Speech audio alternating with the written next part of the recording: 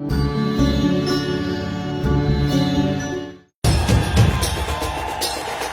ஸ்ரீ சொர்ணகர்ஷன் பைரவே நமக. பைரவ ஆசீர்வாதம்.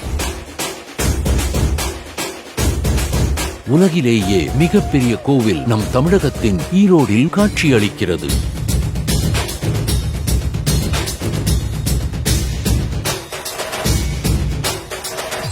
காண்பவர்களை மெய்சிலிர்க்க வைக்கும் வண்ணம் ஸ்ரீ காலபைரவரின் பிரம்மாண்டமான திருவுருவச் சிலை. சாமி கோயில் நல்லா பிரம்மாண்டமா தெரியுது எங்களுக்கு. ஈரோட்ல இருக்கிறது வந்து எங்களுக்கெல்லாம் ரொம்ப பெருமையா இருக்கு. ஈரோடு டிஸ்ட்ரிக்ட்ல தென்காசின்னு சொல்லி ஃபேமஸ் ஆயிட்டு இருக்கு. ஈரோடு மாவட்டத்துக்கு இது ஒரு சிறப்பா இருக்கு. பிரம்மாண்டமாக இருக்கிறது. நாங்க இந்த மாதிரி சிலையெல்லாம் பார்க்கவே இல்லை. கின்னஸ் சாதனையில கூட வந்திருக்கு. எங்களுக்கு பெருமையா இருக்கு இந்த ஊர்ல இருந்ததுக்கு. காசியில் இருக்கிற பைரவர் போல இங்க இருக்கிறது. You can see a very big statue over here. வேர்ல்ட்லயே பிகெஸ்ட் பைரவர் சிலை இங்க தான் இருக்கு. பெருமையா இருக்கு. இது வந்து இங்க தான் ஃபர்ஸ்ட் டைம் பார்க்கறேன். ஆசியாவிலேயே வந்து ஒரு பெரிய சிலையோட கின்னஸ் ரெக்கார்ட்ல ஒரு கோயில் வந்திருக்கு. 64 பைரவர் ஒரே இடத்துல இருக்கனால எங்களுக்கு ரொம்ப சந்தோஷமா இருக்கு சாமி கும்பிடுறதுல. பைரவர்களுக்கான பல கோயில்கள் இருக்கு.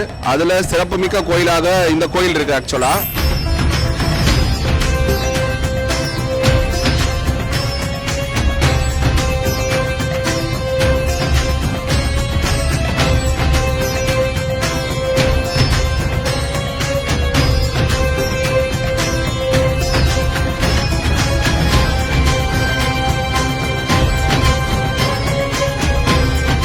ஓம் ஸ்ரீ ஸ்வர்ண ஆகர்ஷண பைரவாய நமஹ. கோயிலுக்குள்ள வந்தோடனே ரொம்ப மன அமைதியா இருக்கு. கோயில் வந்து ரொம்ப அமைதியா பீஸ்ஃபுல்லா இருக்கு. கோயிலுக்கு வந்திருக்கு நிம்மதியா இருக்கு. தரிசனம் பண்றது ரொம்ப நல்லா இருக்கு. உள்ள வரும்போதே நல்ல ஒரு பாசிட்டிவ் வைப் இருக்கு. ப்ரே பண்றது நடக்குது. இந்த மாதிரி ஜாப் வேணுங்கிறக்கா ப்ரே பண்ணி 3rd டைம். அப்போ வந்து 4th டைம் வரும்போது அந்த அப்பாயின்மெண்ட் ஆர்டர் கிடைச்சது. கவர்மெண்ட் ஜாப்ல இப்போ வந்து நான் ஒரு நல்ல பொசிஷன்ல பிளேஸ் ஆயிருக்கேன். ஃபேமிலியினுடைய ப்ராப்ளம் எல்லாம் சால்வ் ஆகுது. நல்லா சந்தோஷமா போயிட்டு இருக்கு. இந்த இடம் தேடி வரவங்க கண்டிப்பா ஜெயிப்பாங்க. அதே மாதிரி எதிரிக தொல்லை கிடையவே கிடையாது. அந்த அளவுக்கு இவர்கிட்ட பயங்கரமான பவர் இருக்கு. குடும்பத்துல கடன் பிரச்சனை, ஏகப்பட்ட பில்லி சொல்லி இதெல்லாம் வந்து கண்டிஷன் இருந்தது. இந்த கோயில் வந்துட்டு போனதுக்கு அப்புறம் பச்சனை இருப்பதுன்னு இட்டுட்டு நான் டெய்லியும் பூஜை பண்ணிட்டு இருக்கிறேன். அதான் வந்து இப்ப எந்த கஷ்டமும் இல்ல. பாசிட்டிவ் எனர்ஜி இருக்கு. வீட்டுக்கு போறப்ப நல்லா தெளிவா இருக்கிற மாதிரி இருக்கு. நல்லா அமைதியாவும் இருக்கு. மனசு திருப்தியாவும் இருக்கு. நல்ல வைப்ரேஷனா இருந்துச்சு. இந்த பாசிட்டிவ் எனர்ஜி கிடைக்கும். மாற்றம் தெரியுதுங்க. ஒரு பாசிட்டிவ் எனர்ஜியா இருக்குது. கோயில் அமைப்பெல்லாம் ரொம்ப நல்லா இருக்கு. மன அமைதி கிடைக்கணும் எல்லாருக்குமே. எல்லாரும் வாங்க பைரவர ஆசீர்வாதம் பெறுங்க. இழந்த சொத்தை மீட்கணும் அப்படின்னா 9 வாரம் தொடர்ந்து பூசணிக்கால விளக்கு போடும் பொழுது நிச்சயமாக அவங்க இழந்த சொத்தை மீட்க முடியும்.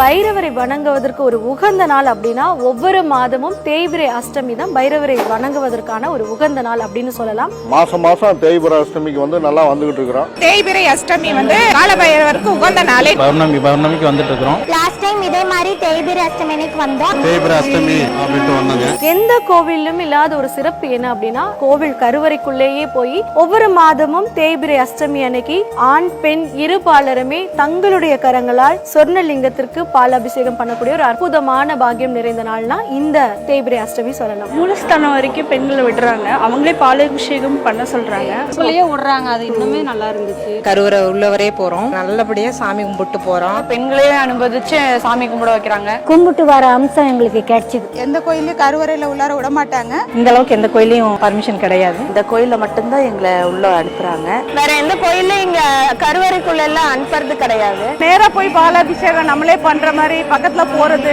நம்ம கையால நம்மளே வந்து இங்க வந்து பால் அபிஷேகம் பண்ணலாம். உள்ள நாங்க பால் அபிஷேகமும் பார்த்தோம். Women can go inside and do some abhishekams and everything over there. பாத்தீங்கன்னா யார் வேணாலும் போய் பூஜை பண்ணிக்கலாம் ஐயாவை. அந்த ஒரு ட்ரெடிஷன் தமிழகத்துல இங்க கொண்டு வந்திருக்காங்க.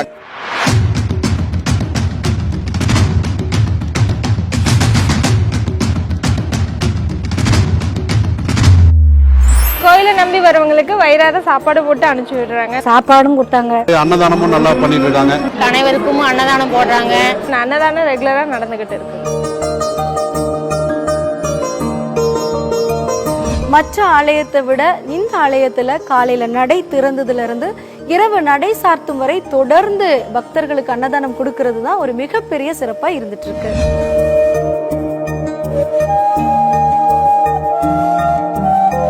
பல வருடங்களா தனி ஒரு மனிதராக இருந்து இப்படிப்பட்ட ஒரு பிரம்மாண்ட ஆலயத்தை கட்டியிருக்கவங்க தான் நம்மளுடைய மதிப்புமிகு திரு விஜய் சுவாமிஜி அவர்கள்.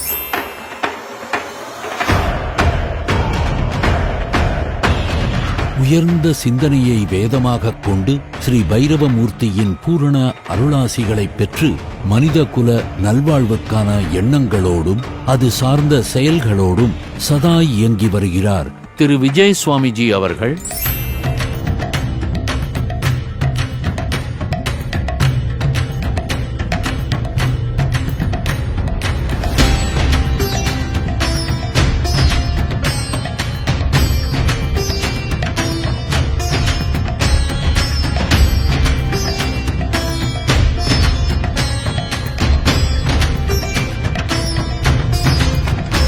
ஒவ்வொரு மாதமும் பௌர்ணமி அன்னைக்கு மாலை 6 மணியிலிருந்து இந்த நம்மளுடைய சொர்ணலிங்கத்திற்கு சொர்ணாபிஷேகம் இங்க நடந்துட்டு இருக்கு.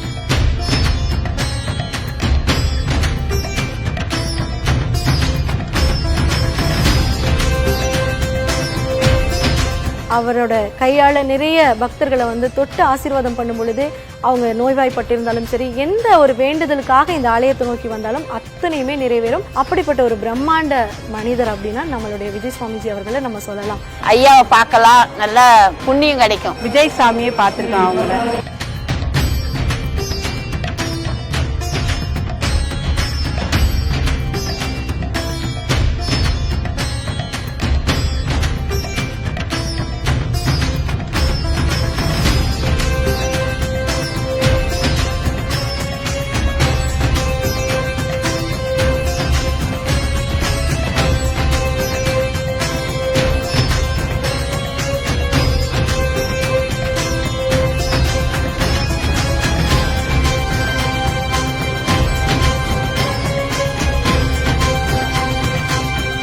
நிச்சயமா நீங்க மனமுருகி நம்மளுடைய தென்னக காசி பைரவரை வணங்கும் பொழுது நீங்க கேட்கக்கூடிய அத்தனை வரங்களையும் வாரி வழங்குவார் நம்மளுடைய சொர்ண கிருஷ்ண பைரவர்.